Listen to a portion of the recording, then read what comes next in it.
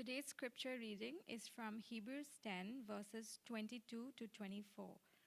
Let us draw near to God with a sincere heart and with the full assurance that faith brings, having our hearts sprinkled to cleanse us from a guilty conscience and having our bodies washed with pure water. Let us hold unswervingly to the hope we profess, for we who promised is faithful. And let us consider how we may spur one another on toward love and good deeds.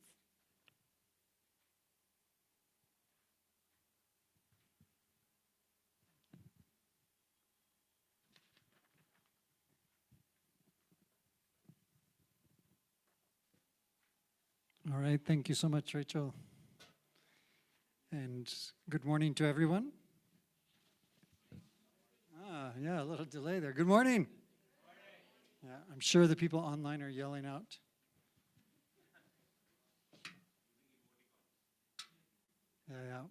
Well, as Arpit mentioned, we're at the end of this series, and pretty much we're ending the series on responding to God, I think, because we've tackled that. Like, as a community, we've fully responded to God, right? We're done. We're ready to move on. Not at all. Of course, this is a theme that we wrestle with for our whole life. Our whole journey in faith is how we respond to such amazing love, to such amazing sacrifice and ongoing sacrifice that is done for us. And so this doesn't presume to be the ending of that. And as Arpit mentioned, it's a wonderful time to just kind of reinforce over and over again, taking a different angle, a different look at one common theme is brilliant, because this repetition, I know I'm kind of a knucklehead and I need it reinforced over and over again for it to hopefully sink in at some level and have an impact. So that's what we're going to try and tackle today. And as you heard in the reading, this Hebrews text is an invitation to us that has kind of three big key parts to it. And we're going to look at each of those three parts to summarize those three pieces. The first part of the invitation was an invitation to draw near to God, right? So that's one component. The other is an invitation to hold on unwaveringly, right? And the third is an invitation to spur each other on in love and in good deeds. So we're going to look at those three components, and especially we're going to double click on a couple things related to that. And the kind of supportive ecosystem around each of these three components is really faith, right? When it gets down to it. And of course, that's what we believe separates us from any person walking down the street, is we have a faith. And even if we look at faith, it's interesting to think about the fact that there are different components to faith. There are different nuances to faith. And I think we've talked about some of these aspects before, but I just want to again repeat and examine that. There is a component of faith that is belief, right? You guys agree with me? That I believe in something, right? And to believe in something is to consider that thing as true, that it exists. And we go out to this word belief when maybe it requires us to believe that because we can't prove it, right? But we believe that something is true, or we believe that something exists despite not having full evidence, yeah? So there's certainly an aspect to our faith that is belief, right?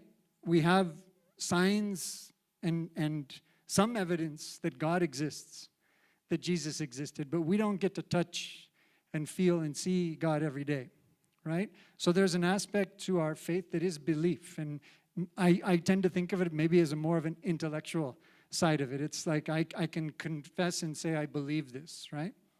So that's one component of faith. There's another part of faith that has to do with hope, right?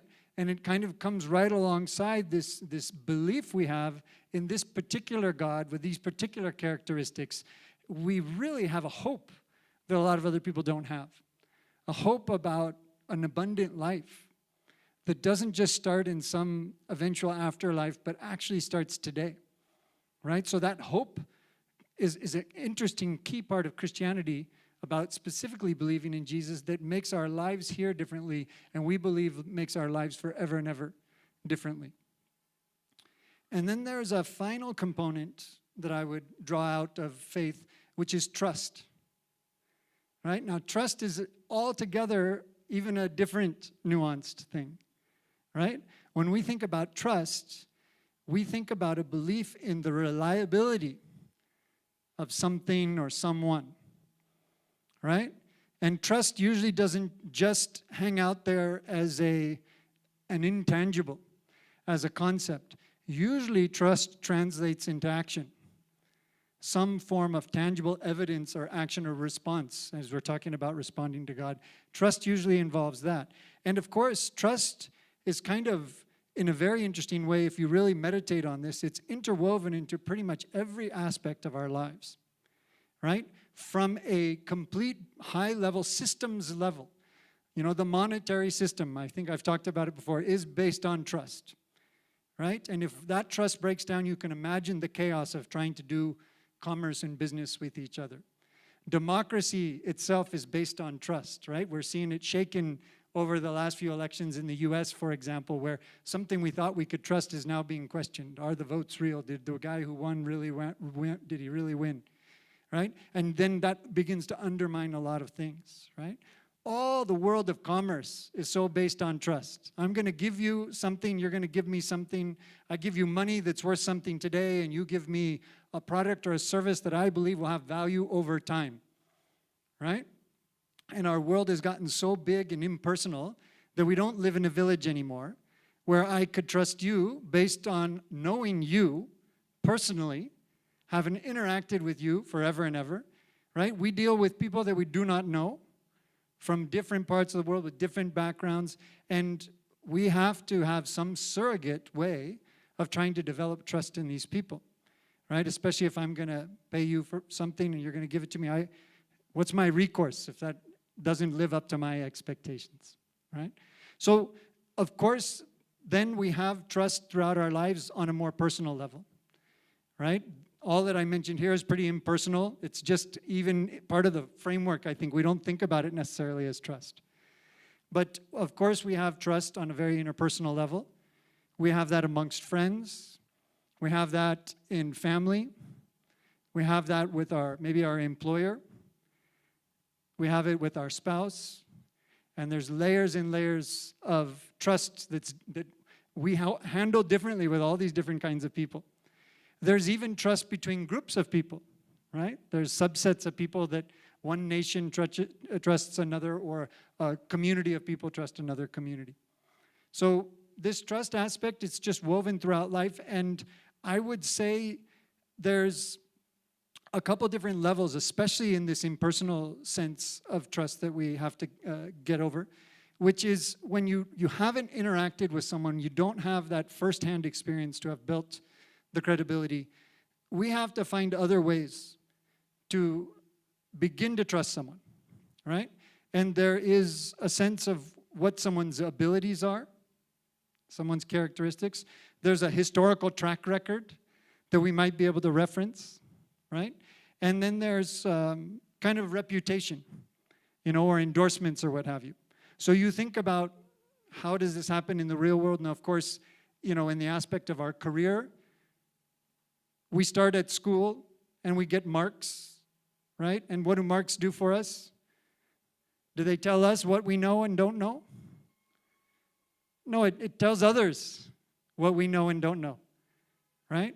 And you assemble all those marks together and you get to a certain kind of institution and you graduate from there and you go and you what do you do to establish your credibility? You create a CV, right? That says, these are all the reasons you should trust me. These are the trusted institutions that can validate me, right? And we use that as a way to get our foot in the door, to have the opportunity to generate a personal trust, to generate a personal history with that new employer or set of relationships, right? When we go to buy something online, what are we looking for? That rating?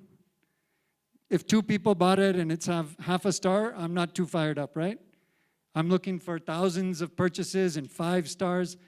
Okay, I don't know any of those people who have given those marks, right? But it helps me have a little peace of mind. So I get all these aspects in life are designed to generate a level of trust and relationship, but then we get into that relationship ourselves. And that's the most important, right? And how do we enter most relationships? Complete floodgate opening, absolute trust with the most intimate secrets and deepest parts of our lives day one with that new person? No, right?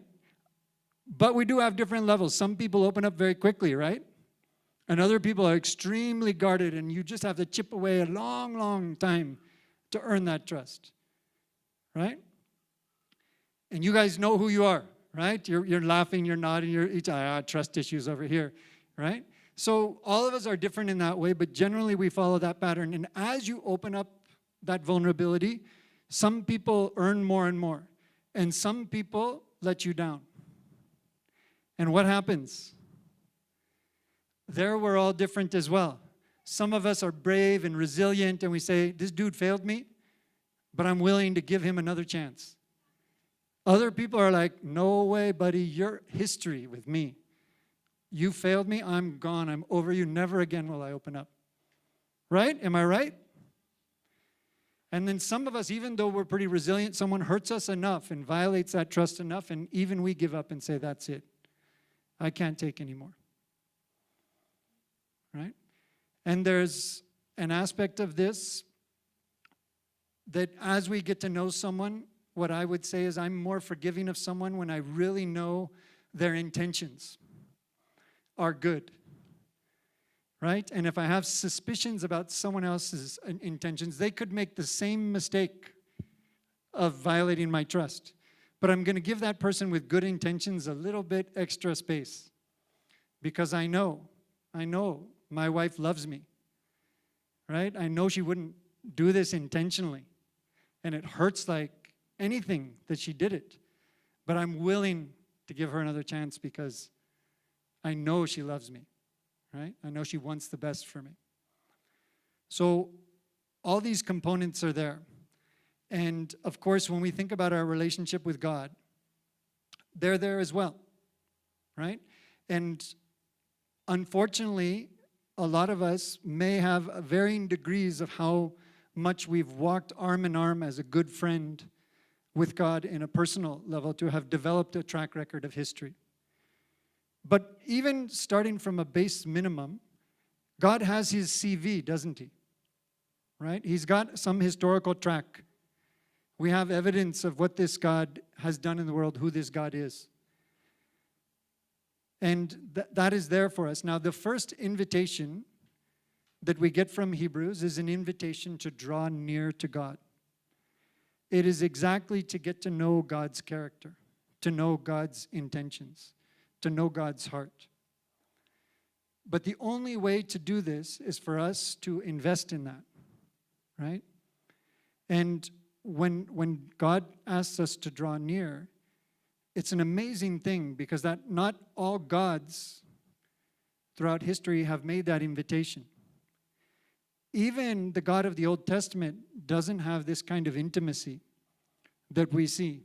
The people had a sense of distance from God. You know, God was negotiated with a bit through sacrifice. There were intermediaries, right? There were different levels. You know, you have Israel, the chosen people. You have Jerusalem, the chosen place, the temple, the holy place, and holy, holy, holy are courtyards to the holiest of holies. And as you reduce that circle and you get holier and holier, fewer and fewer people had access, right? Now we know that God has completely opened himself to us and has invited us into that holiest of holies relationship directly with him. And let me tell you, this is amazing. This is amazing, amazing access to the God creator of the world, the King of Kings, the Lord of all things, that says, I want to have an intimate, direct relationship with you. I want you to get to know me in every aspect. And I want to get to know you in every aspect. But as I mentioned, that kind of drawing near, it requires space from us. It requires space in our head, space in our heart, space in our calendar. right? And as you think about the kinds of things and priorities that you would want to influence you and the kind of trust you would want to have in God that drives your life, one challenge I would bring to all of us, and certainly this is convicting to me, is do I give that kind of space to God? Am I meditating on God as often as I should be? Good deep time where I just push everything else aside and what does God have to say to me today? Who is God? How does God want me to react to this situation? Right? And that comes through prayer and meditation, getting all the noise of the world out, turning off Netflix, turning off social media, right? We jump from one thing. We are the most like ADD generation of the world, right? We can't be quiet at all. Even if we're waiting at a bus stop for a few minutes, we have to have the device out doing something, right? There's always something to be done right now. And there's just no space for God. God's like inching, trying to find an angle in there, and we just keep, no, I got something else. Swipe, swipe, up, down. I got something else, God. So I would implore us, God is inviting us to draw near. Read your Bible. God reveals himself through the Bible. Take that time to dive into a text. One of the blessings of speaking on Sunday is that I have to prepare a credible, beefy, significant message for you guys, right? So I have to be honest. I read that text, I study that text, I do background stuff more when I have to preach than for my daily bread. Isn't that sad? Right? It's so sad that it takes me getting up here to really dive into God in the way that I should. I should be preparing a daily sermon for myself and doing that kind of stuff. And I know I heard Ben comment on this point when he spoke a few weeks ago, the same thing. So I would encourage you guys, prepare a sermon, right? Prepare what you would want to share with others about different aspects of God. It is an amazing experience. Yeah? Dedicate that kind of effort and intentionality into drawing near to God. And we do it individually, and then I really want to underscore what a blessing the gatherings are, right? And on Sundays, it's a bigger group and we don't get as much interaction, but those midweek home studies, that is just amazing, right? That fills me up. I'm a skinny guy, but spiritually I'm a big overweight guy right now because these weekly meetings have been just so amazing, right? How God speaks through everyone there is truly incredible. And that is us drawing near to God. And the final thing on this that I'll say is quite magical. Do you think God needs us to dedicate and spend time with him for him to get to know us? Do you think God is going to learn anything new about us from us spending this time with him? God has created us. God knows every hair on our head, every freckle, every insecurity, every detail about us. God already knows. But the magic of this kind of time with God is actually we get to know ourselves even better. When we confess who we are to God, sometimes when those words come out of our mouth, we are hearing it for the first time. And we'll make excuses, we'll breeze over our weaknesses in our head, we'll sprint right by them if it just stays in our head. But when we confess it to God and we hear those words, we're like, oh my goodness, that is me. I've had that before when I would keep a journal and I'd write something down. I'm like, oh my gosh, I really needed to hear that. And I wrote that, but I wasn't hearing it till I wrote it. So as you spend time with God, you will know God and you will know yourself in that relationship with God. It's a very powerful, powerful invitation he has given us. Second part of this relationship, or this invitation, I should say, was hold on. Now, this is very ominous, is it not? God calls us closer to him, and then he says, brace yourself, right? So this is ominous, this is dubious, this means challenges will come. It's not going to be easy, right? He's not trying to code it over nicely or anything like that. Your faith will be challenged. Your trust will be challenged. So you better have firm foundation. You better be rooted. You better have that commitment to faith. And if anyone here has never had any doubts, I don't believe it. Right? There always are moments when we question, when we struggle. And I don't think, one of the things about Christian community, it shouldn't be seen as a sign of weakness in faith or that you're substandard if you have these doubts. It is very natural. It is a common occurrence. It is actually a flattering thing. If you're getting doubts put in your head, it must mean the evil one thinks you're doing something right and doesn't like it. And is trying to shake you. Right? But they will come. And it's very tempting as we grow up and we mature to think that we actually have more of the answers. And we can fully understand God's heart and mind and why things are the way they are. And this is similar, I don't know, for those of you that are parents of kids that have grown up. When my kids were young, they trusted me with everything. I had every single answer to every question, convincingly for them, right? Even though they would say, and why, and why, and why, and why. Always I had an answer, right? And always I would resolve any problem they had in life. They could fully trust me. Right? I was there, I fed them, I took care of them, I made them have fun things to do, I healed them when they got hurt. I was that person who just had everything covered. Now, when your child matures, you start losing some of that trust, right? Because they have a very different opinion of what's best for them at that moment. And when you say something differently, they're like, no, I can't trust you now. Right? To some point around mid to high adolescence, you become a complete idiot. Right? This guy has no credibility with me any longer. This guy does not know. I don't even know if he wants the best for me. I think he's against me. Right? Hopefully I'm exaggerating if my daughters are online. But you have this thing of as children mature, they start to be a little emboldened in their confidence about what they know is right for them. And of course, as a parent, you always want the best for your children. And the most agonizing things are those things where you're doing something you know upsets them and you know might even hurt them, but you in the moment, but you know it's best for them. Oh my goodness, that's torture. Right? Imagine God with us.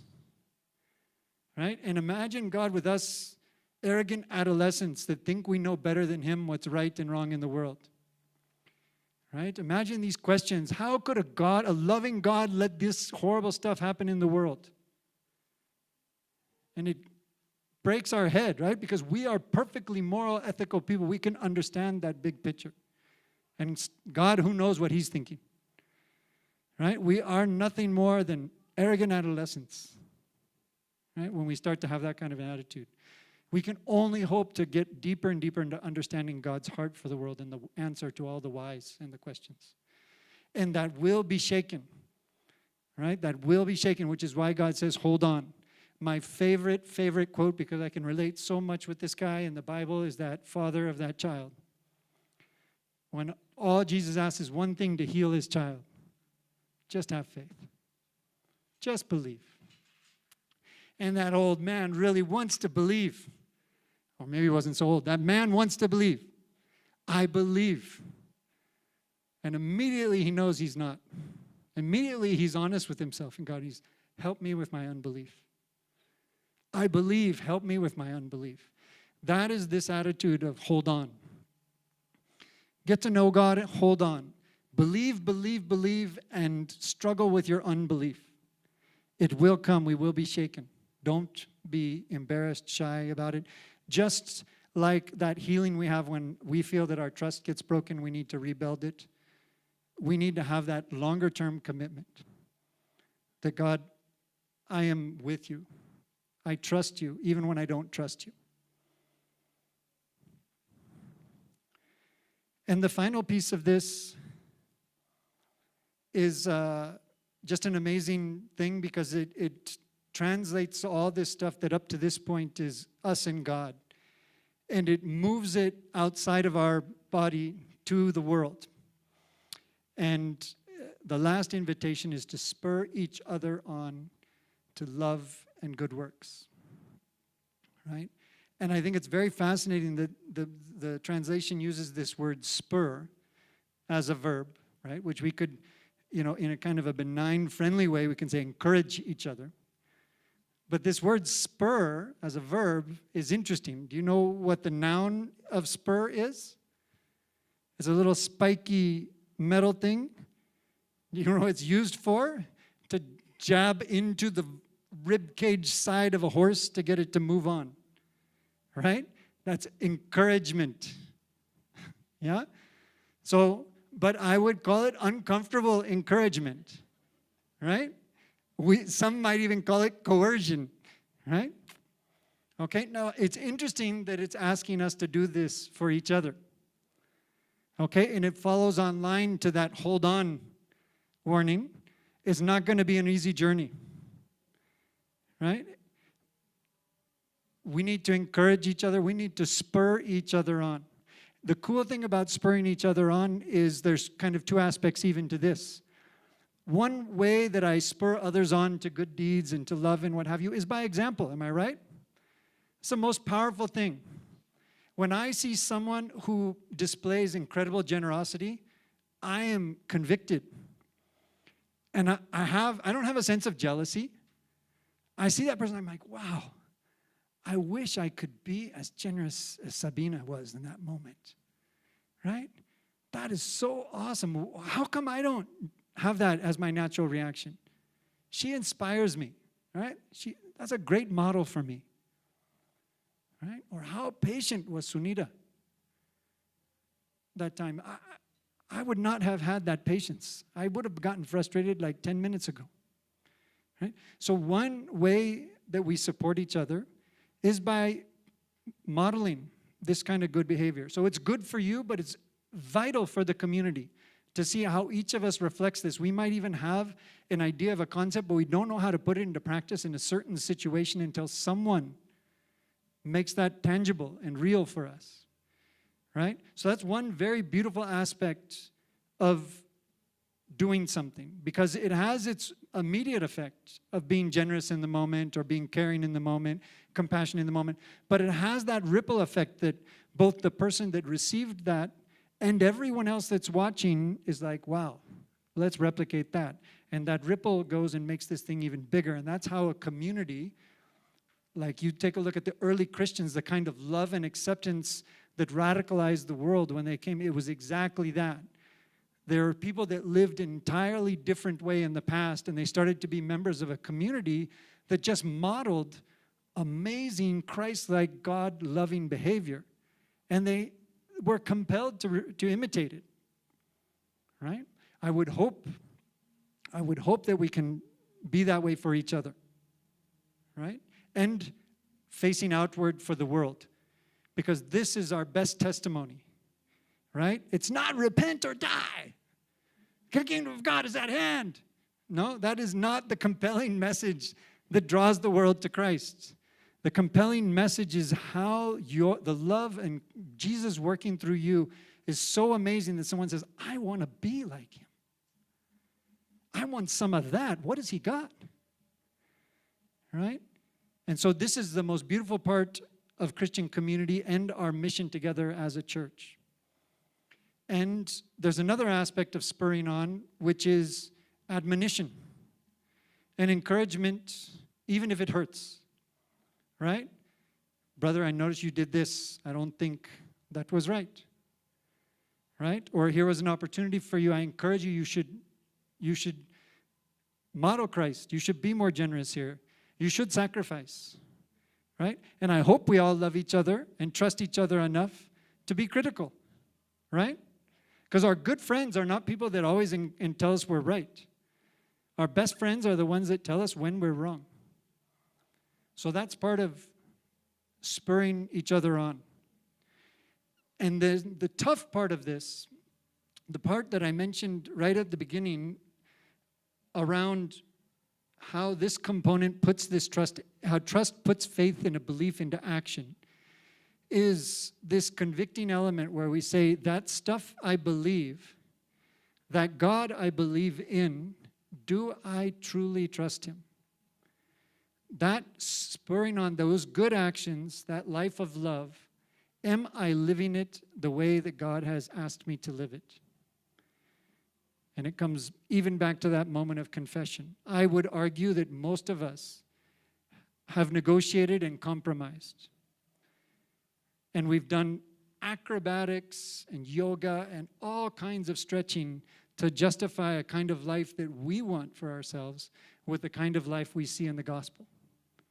And the kind of life we want for ourselves is fueled by all the normal stuff of security, comfort, predictability, success, ego, all those darker, missing the mark, kind of sinful, creeping edges that come in. And we want to think we can negotiate it and we can manage both of these things. I can have my cake and I can eat it too. I can follow the one true God and have radical love and compassion and fight for justice and be there for the needy, all the things that the gospel calls us to, and I can make sure that I'm stable and secure all along the way. Frankly, I do not hear that call anywhere in the Bible.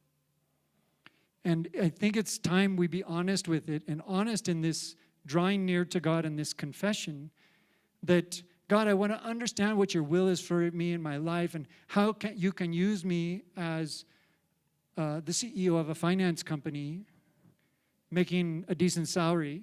Please, God, tell me how you can use me in that context that I have put as the anchor. Right? And it's high time we said, God, tell me how you want to use me and help me let go of the things I'm afraid to let go of. That is who I am. As I draw near to you and I confess, I have trouble, God, giving up on this because it makes me feel secure.